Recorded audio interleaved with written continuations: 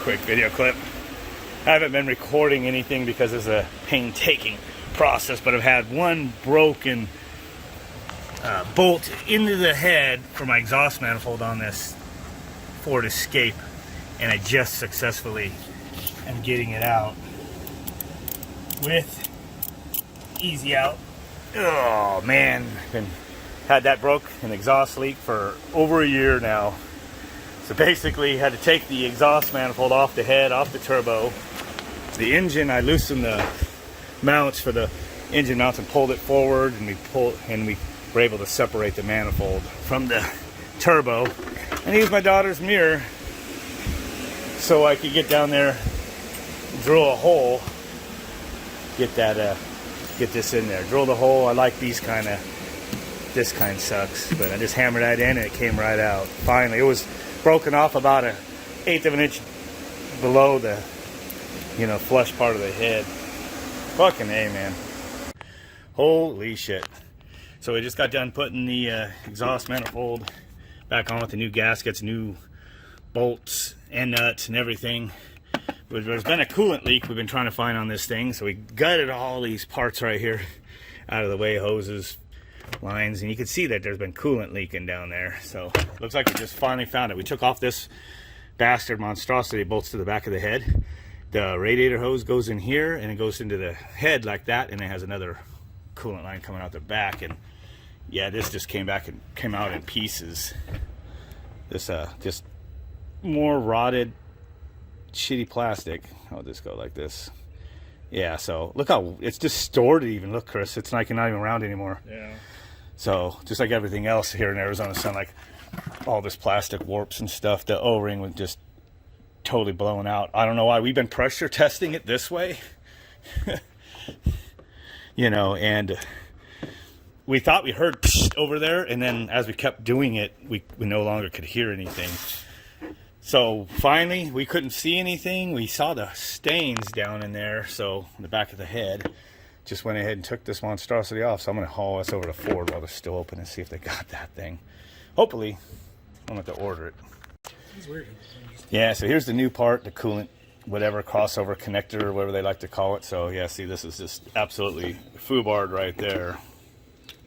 There's the new one we're getting ready to stick on the back of the head. So this is not a how-to video, so hopefully people don't go, you didn't show me how to do it. That's just, I only have a limited time of help because this slacker thinks he needs to leave soon.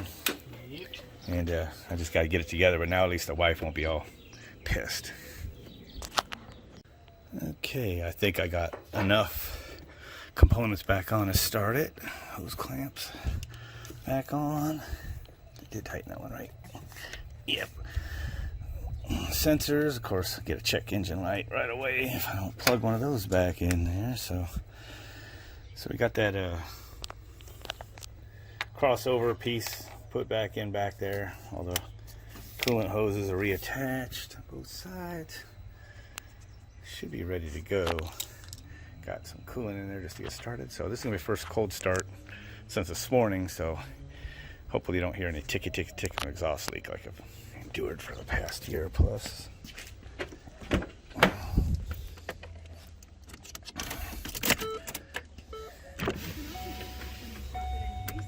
Here it goes. It's quiet. Other than rattling of some shit back there. Trying to bracket out and have the bolt back in. And then I bolt it in.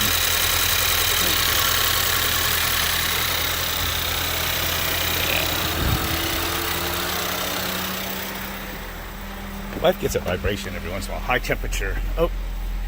Alright, something ain't plugged in.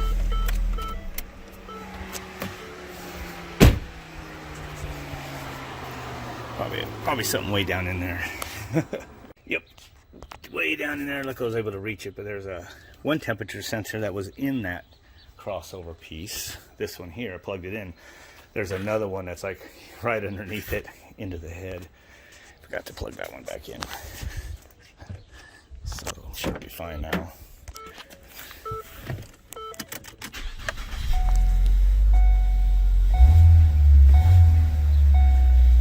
High engine, nope, still saying it.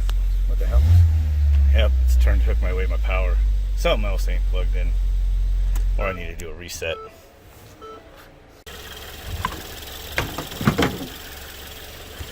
But that was a nightmare. So it took a while to reset that thing. It was pissed.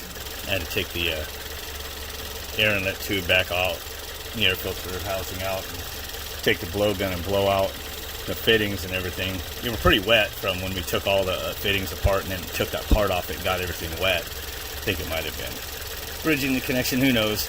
But I blew it out. Still didn't want to clear, and I was messing around with ForceScan. I didn't think it cleared, but then when I restarted after that, it no longer was in limp mode, and it revved up.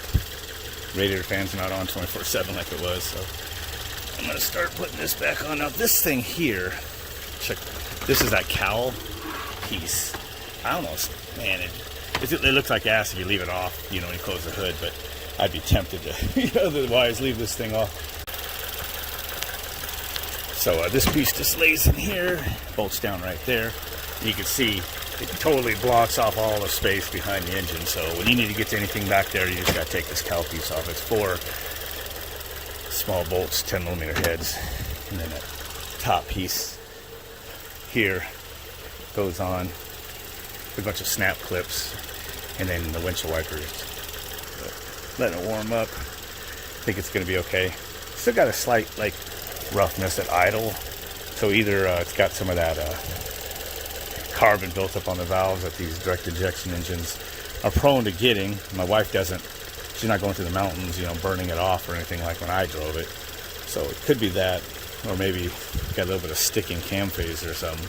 But that usually throws a code, and it hasn't thrown any codes as she's been driving it. So it's just been the exhaust leak that ticked until it warmed up, and then the coolant leak that was, it was weird. It didn't do it like all the time, and it was hard to find it because it was running down the transaxle. But it was this piece here. So little bastard, man.